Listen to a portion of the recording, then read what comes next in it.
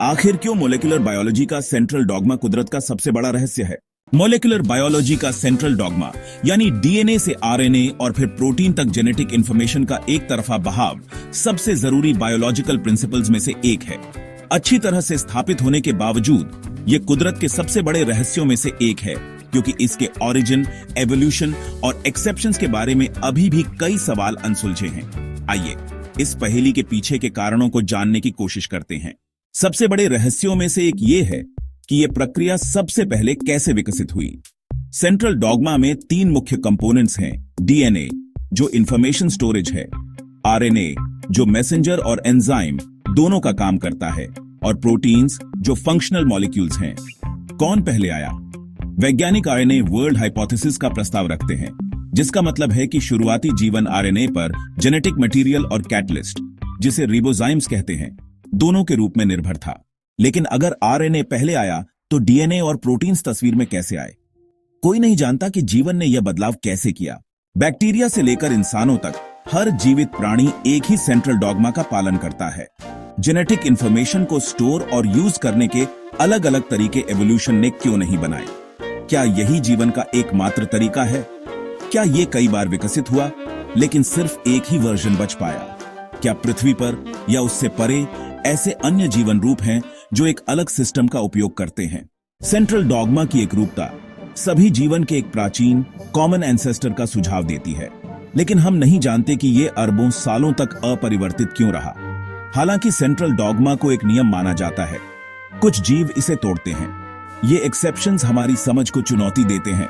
Retroviruses जैसे HIV reverse transcription का उपयोग करते हैं, जो आरएनए से डीएनए होता है, क्लासिक पाथवे का खंडन करता है। आरएनए वायरसेस, कुछ वायरस जैसे कोरोना वायरसेस डीएनए को पूरी तरह से छोड़कर आरएनए से आरएनए का उपयोग करके रेप्लिकेट करते हैं। प्रायंस संक्रामक प्रोटीन जो बिना न्यूक्लिक एसिड्स, डीएनए या आरएनए के खुद को रेप्लिकेट कर सकते हैं। अगर एक्सेप्शंस मौजूद हैं, तो क्या इसका मतलब है कि सेंट्रल डॉगमा कोई एब्सोल्यूट रूल नहीं है, बल्कि जीवन के लिए कई संभावित मैकेनिज्म्स में से एक है? एक और रहस्य यह है कि अगर सेंट्रल डॉगमा काम करना बंद कर दे तो क्या होगा? क्या प्रोटीन के बिना कोशिकाएं जीवित रह सकती हैं? नहीं। क्या डीएनए या आरएनए के बिना जीवन संभव है?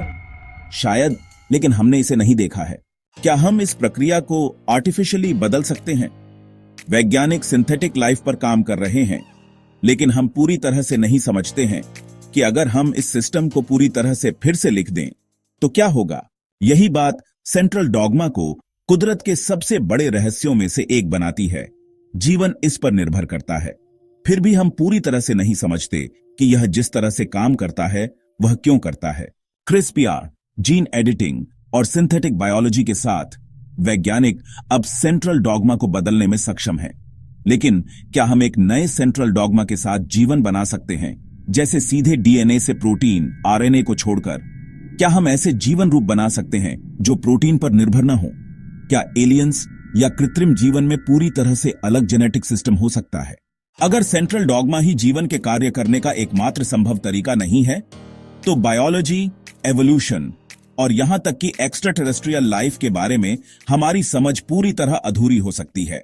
सेंट्रल डॉगमा कुदरत के सबसे गहरे रहस्यों में से एक है। यह अरबों सालों से एक जैसा रहा है, लेकिन हम नहीं जानते कि यह इस तरह क्यों विकसित हुआ। यह इतना यूनिवर्सल क्यों है? या क्या जीवन के अन्य रूप अलग तरह से कार्य कर सकते हैं? जैसे जैसे हम सिंथेटिक बायोलॉजी, जीन एडिटिंग और एक्स्ट्रा टेरेस्ट्रियल लाइफ की खोज जारी रखते हैं, हम यह पता लगा सकते हैं कि क्या सेंट्रल डॉगमा वास्तव में जीवन के अस्तित्व का एकमात्र तरीका है, या प्रकृति के भव्य डिजाइन में कई संभावनाओं में से एक है। Nature is ultimate copyright.